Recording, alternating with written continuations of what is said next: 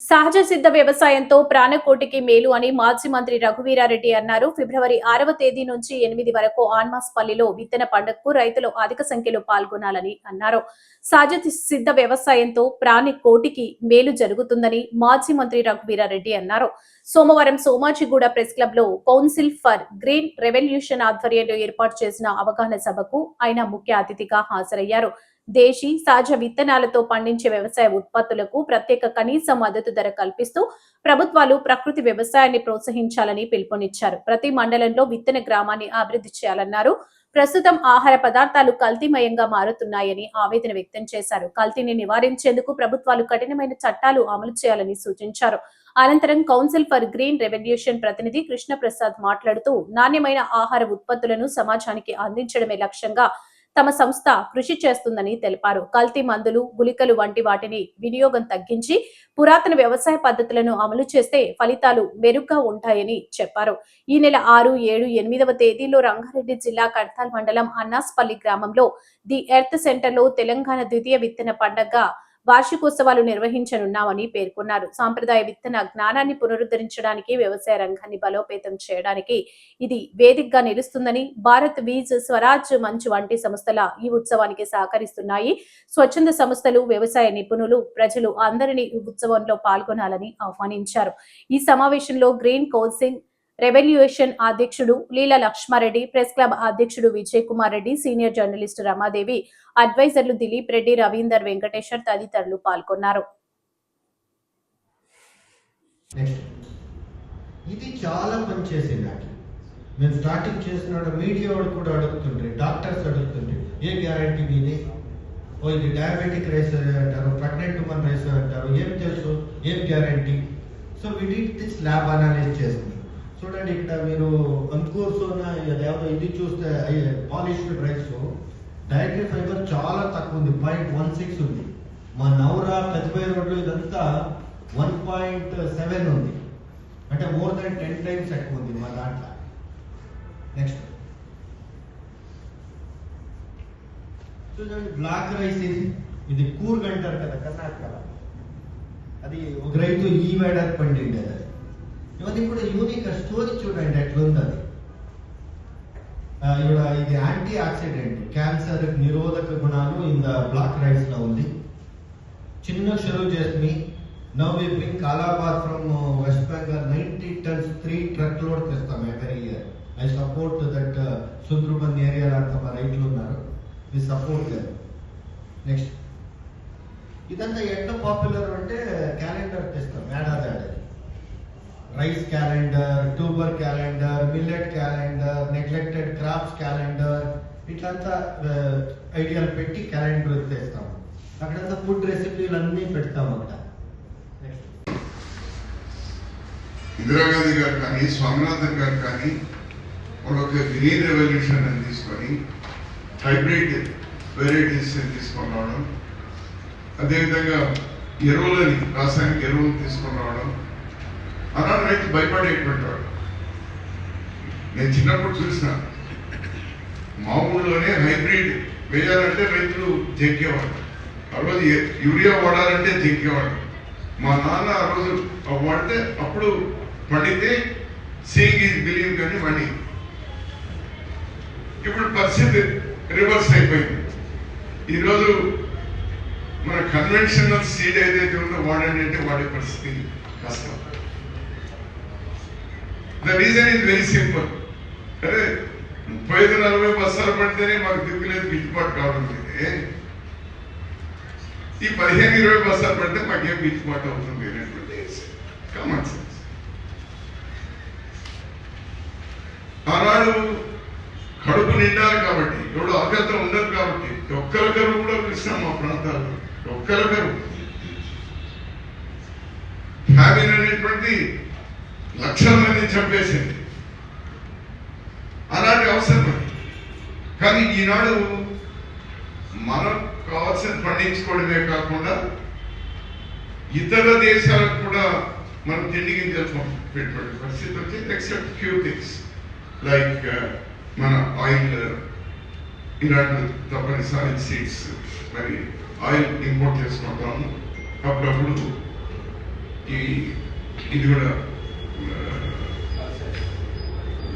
Like పప్పులు కొంత చేసుకోవడం అసలు సెల్ఫ్ సఫిషియెంట్ అండ్ మిగిలిన వాళ్ళకి కూడా ఇస్తాను.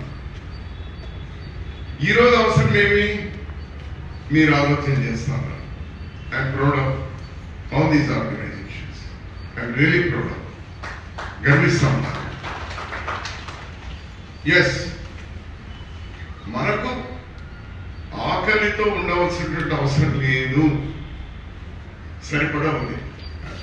కానీ దాని పర్యవసానం ఏమవుతుంది? ఈరోజు మన లాంజివిటీ పెరిగింది, no doubt about that. Longevity పెరిగింది.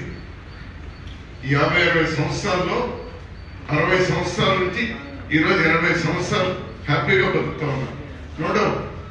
బట్ ఎట్లా బతుకుతూ ఉన్నారు? అన్నం తక్కువ తింటా ఉన్నారు, మాత్రలు ఎక్కువ తింటా ఉన్నారు. ఆనాడు ఆహారం మాత్రమే తీసుకునేటువంటి వాళ్ళు, మన పెద్దలందరూ కూడా పెద్ద మందులు తీసుకునేటువంటి వాళ్ళు కాదు. ఈ రోజు మన పరిస్థితి ఏమైందంటే మందులే ఎక్కువైపోతా ఉన్నాయి. అక్కడ టిఫిన్ పొద్దునే పెట్టారంటే టిఫిన్ ఒక ఇడ్లీ ఒక ఇది పెట్టుకుంటాడు, పక్కన ఇడ్లీ కంటే 2 మాత్రలు ఉంటాయి, 14-15 మాత్రలు ఉంటాయి. So it's a serious concern now. We have reached that self-sufficiency. But again, మన ఆరోగ్యం దేశం అంటే మట్టి కాదు, దేశం అంటే మనుషులే అన్నారు. సో అల్టిమేట్ గా మన ఆరోగ్యం ఇది. మన ఆరోగ్యం బాగుండాలంటే అగైన్ సాయిల్ హెల్త్. డెఫినెట్గా what we produce, how we produce, how we consume. It's very simple. ఇదేం పెద్ద రాకెట్ సైన్స్ ఏం కాదు. But to promote it's not that easy. వీళ్ళందరూ ఉన్నారు కదా, దశాబ్దాలుగా ప్రయత్నం చేస్తున్నారు కదా.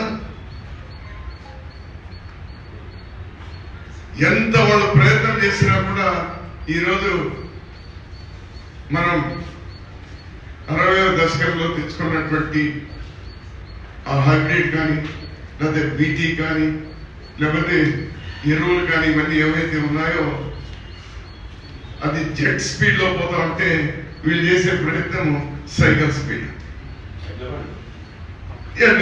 Yes, right.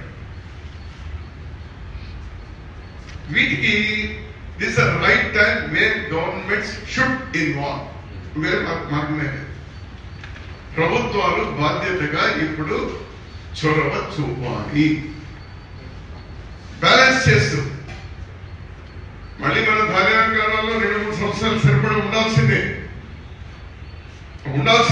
దానిలో రాజీ లేదు. అట్ ద సేమ్ టైం వీటికి కూడా మనుషుల యొక్క ఆరోగ్యానికి సంబంధించి కూడా మందులు తగ్గించి మళ్ళీ మన ఆహారంతోనే మనం హ్యాపీగా ఉండేటువంటి విధంగా, మన సాయిల్ హ్యాపీ ఆరోగ్యంగా ఉండేటువంటి విధంగా చూడవలసినటువంటి ఆవశ్యకత.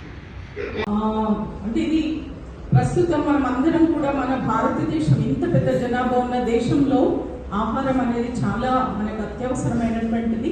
మరి ఆహారం అందుబాటులో ఉన్నప్పటికీ దాంట్లో నాణ్యత ఎంత ఉంది, మరి ఆ తినే ఆహారం మనకి ఆరోగ్యాన్ని ఇస్తుందా, అనారోగ్యాన్ని ఇస్తుందా అనేది ఈరోజు చాలా ప్రశ్నార్థకంగా ఉన్నటువంటి స్థితిలో మనందరం ఉన్నాము. మరి అవన్నీ కూడా అందరం ఒకసారి పునరాలోచన చేసుకొని, ఇదేదో కొత్తగా ఈ రోజే మనం విత్తనాలను కనుగొని పండుగ నిర్వహించుకోవడం అని కాదు. ఇది మన పెద్దలు ఎప్పటి నుంచో ఇచ్చినటువంటి ఒక పరంపర మనకి. ఇది దాన్ని మనం మర్చిపోయాం. ఆ మర్చిపోయిన దాన్ని మళ్ళీ తిరిగి గుర్తు చేసుకోవడమే ఈ కార్యక్రమం యొక్క ముఖ్య ఉద్దేశం.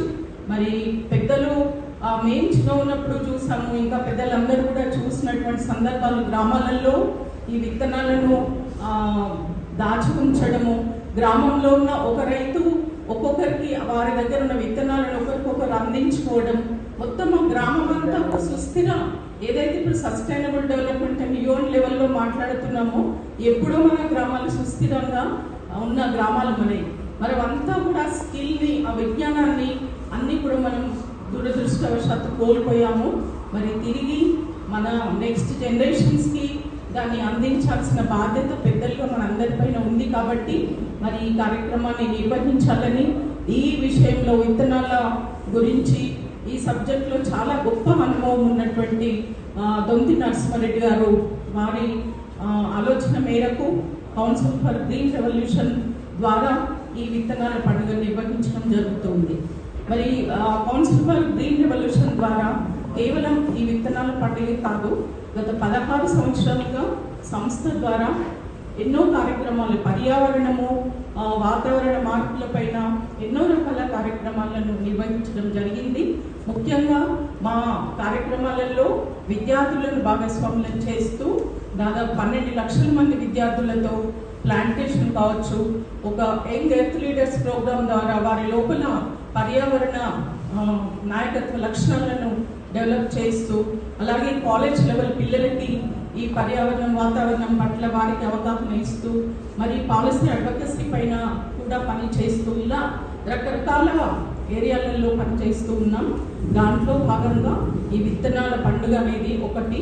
మరి కొంచెం పోయిన సంవత్సరం పెట్టినప్పుడు ఫస్ట్ టైం పెట్టాం కాబట్టి మాకు కొంచెం కొత్తగా ఉండే, భయంగా కూడా ఉండే. దీన్ని మనం సిటీలో అయితే పెద్ద ఛాలెంజింగ్ ఉండదు, బట్ ఇది హైదరాబాద్కి ఒక 70 కిలోమీటర్ల దూరంలో ఉన్నటువంటి ఎర్త్ సెంటర్ అనే ప్లేస్లో దీన్ని నిర్వహిస్తున్నాం. మరి అంత దూరం అసలు వస్తారా, అసలు అక్కడ ఎవరైనా సందర్శిస్తారా లేదా అనేటువంటి కొన్ని ప్రశ్నలు మనసులో అప్పుడు ఉండేవి. కానీ ఆ ప్రోగ్రామ్ స్టార్ట్ అయిన తర్వాత అసలు మేమే ఆశ్చర్యపోయే విధంగా చాలా మంది రావడం జరిగింది.